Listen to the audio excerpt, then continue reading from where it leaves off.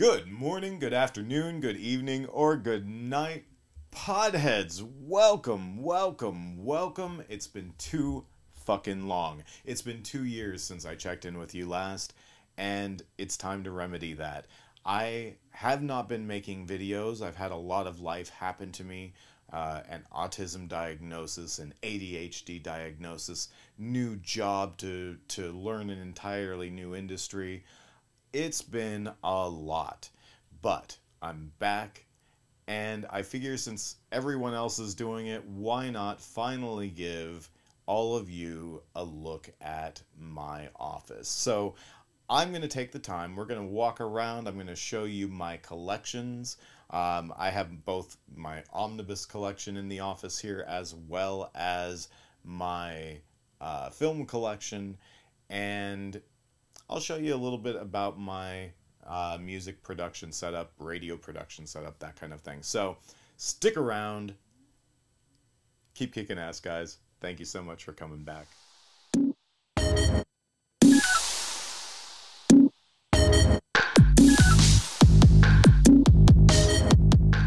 Welcome back to the channel, pod people. It has been too long. Thank you so much for joining me for my 2024 beginning of the year office tour.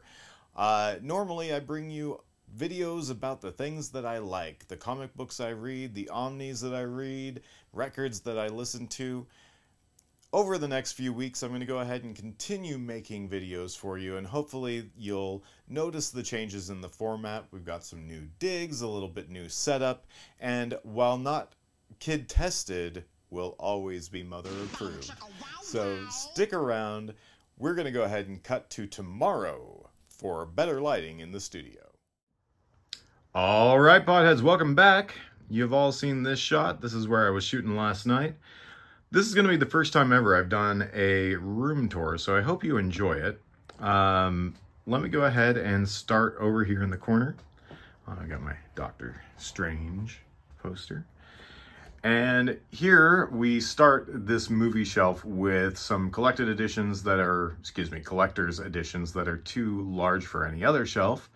And then everything else here is my animated films and animated series collection. So then the bottom shelves there, you'll see my Switch games, my cool Omnibus stand that I built. And I have a piano stuck in the corner.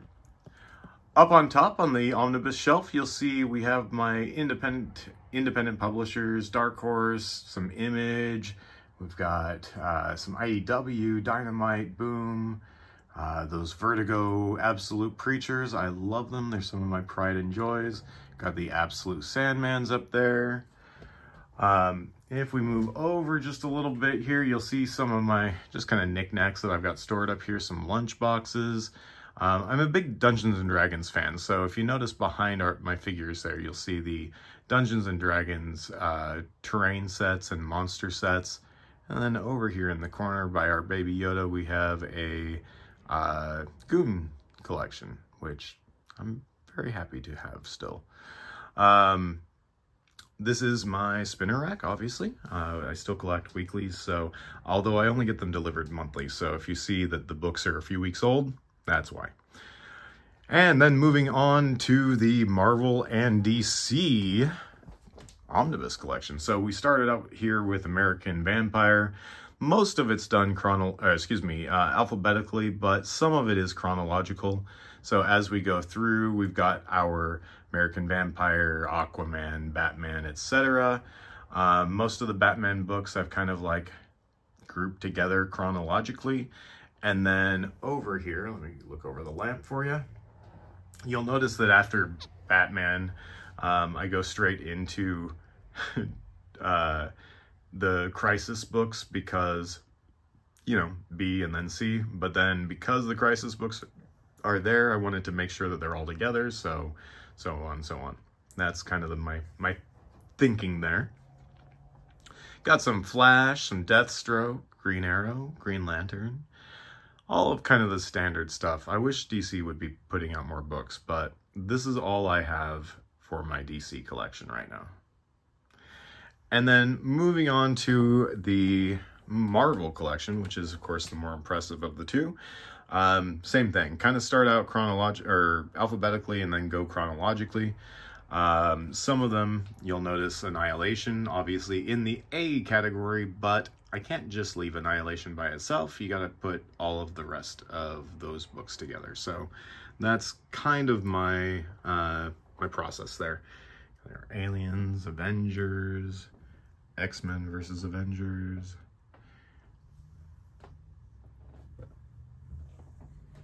I apologize. I have to kind of like squeeze in and out between the furniture in the house and that kind of thing. But here we have, going up through, looks like Heroes Return. And then down on the lower shelves, of course, you can see my Spider-Man collection kind of ends there. These custom covers were done by the Bad Wolf over at Bad Wolf Comics. Him and Romain both do fantastic, Romain Barbeau on Facebook, both do incredible covers. So if you ever get an opportunity and want your Spider-Man books to match or anything like that, they're the guys to talk to. They do really incredible work. Just got the Sigil book and the Secret Warriors. I'm pretty stoked about both of those. I've never read the cross-gen comics, so I'm super happy to be able to finally pick those up. And I always find that it's really, I don't know, kind of ironic when we get Marvel books that weren't made by Marvel, so I get all of those. I've been collecting for, I don't know, about 5 years or so. So I would say that although many of you probably have a lot more books than me and probably some of those much cooler whales, I'm pretty happy with my collection for what I've gotten over the last 5 years. So I have gotten more and more away from getting Silver Age books because I just tend not to read them. They take me too long. And so it's not my favorite era.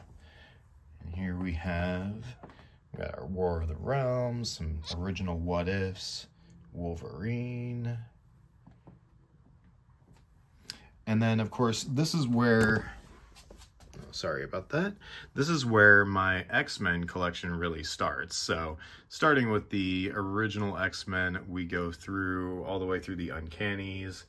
I've got most of the Omnis that have been made for the X-Men line. There's a couple of books or tie-ins that I don't have, and I really wish that I had, picked them up when they were available.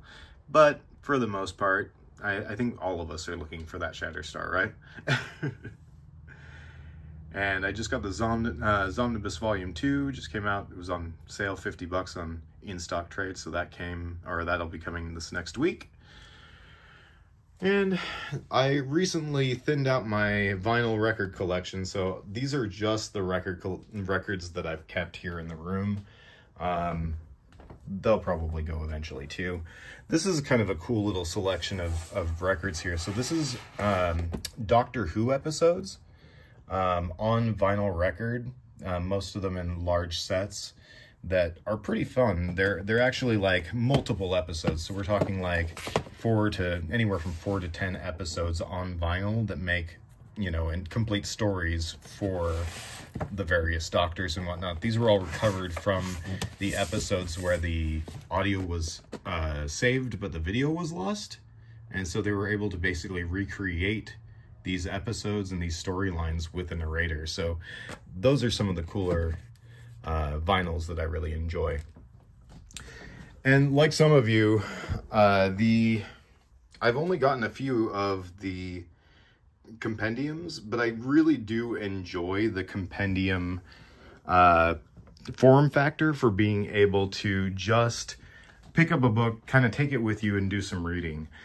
On this side of the wall, I've got just kind of a whole lot of stuff. I got my Dungeons and Dragons collection as well as other tabletop RPG books. Most of this is 5th edition D&D. Little djembe drum over there. My comic book art. This was a piece that was done, I had commissioned. A friend of mine, Matt, drew this for me, and I still think it's incredible. And let's show you around here. Let me step back a little bit. We've got our Bates Motel sign. Stranger Things light bright. The At Games legend with the bit pixel. So normally right here next to the At Games, I'll have the pinball machine as well. I have the At Games pinball, but I've got the 4K pinball coming in March. So I recently sold that. Up here, got some fun lunch boxes that I like to display, as well as an Anbernic RG, so I can do all of my retro gaming.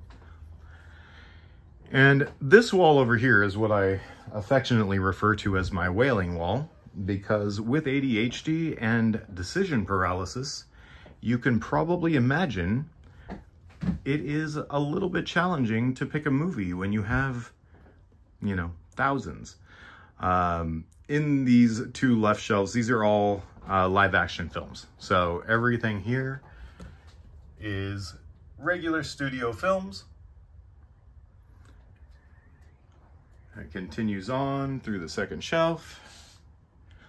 And then this shelf is all live action television. So these are all non-animated television series.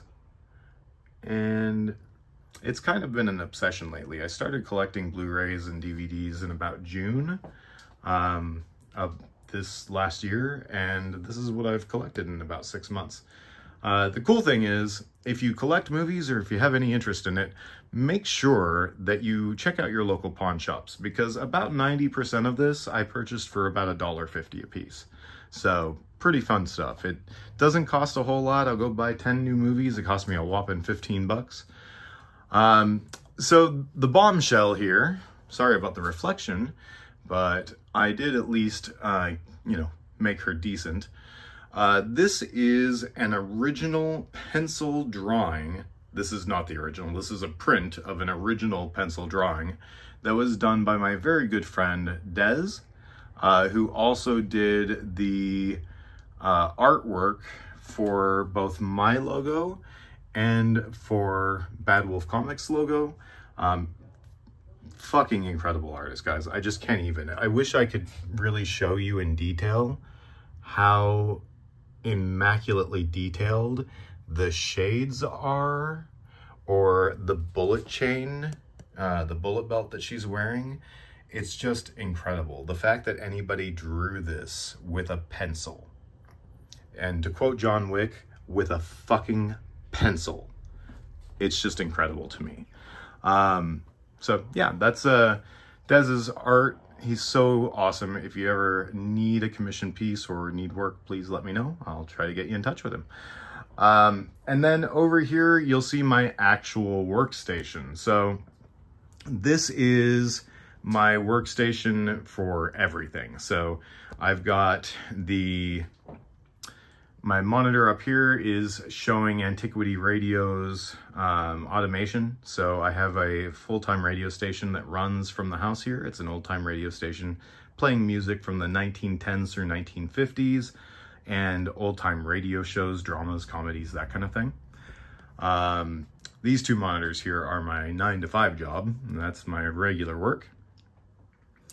Here you'll see the Moog Sound Studio 3. This is the Moog Mother 32, DFAM, and Subharmonicon, which are all semi-modular synthesizers. Here we have the Akai MPK Mini Plus, and that is hooked up to my Akai Force here. Pretty cool little device that allows me to basically just sit here and play with making beats while I'm at work, which is super awesome. And I can go ahead and turn that up for you a little bit. And so sometimes while I'm doing other things, I'll just sit here and play with, you know, making beats and that kind of thing. So it's always a fun time hanging out in my special room. Here we have our Rodecaster. This is the mixing board and recording device that I use for creating my podcasts and whatnot. And then my most recent acquired piece of equipment is my kick-ass Headrush Prime pedal board. So basically the most kick-ass guitar pedal you'll ever need. You have other pedals that you like, it's cool, just plug it into mine, I'll clone it. So that is my office, folks. And of course, this is where I hang out. This is where I, record my videos to you. And sometimes I just sit here and I read my books. You can see I'm reading The Unbeatable Squirrel Girl right now, which I 100% recommend if you've not already read it. Anyway, that's all I got for you, team. All right, Pod Squad, that's my 2023 year-end office tour. I hope that you enjoyed it. Please remember, this is the first video I put out in a couple of years, so it's going to take me some time to get back into the swing of things. But please, please, please hit that like button, subscribe if you're not already, and I look forward to seeing your shelfies and your office tours in the next year. So remember, team, I love you, I've missed you, but more than anything, when all else fails, take a nap.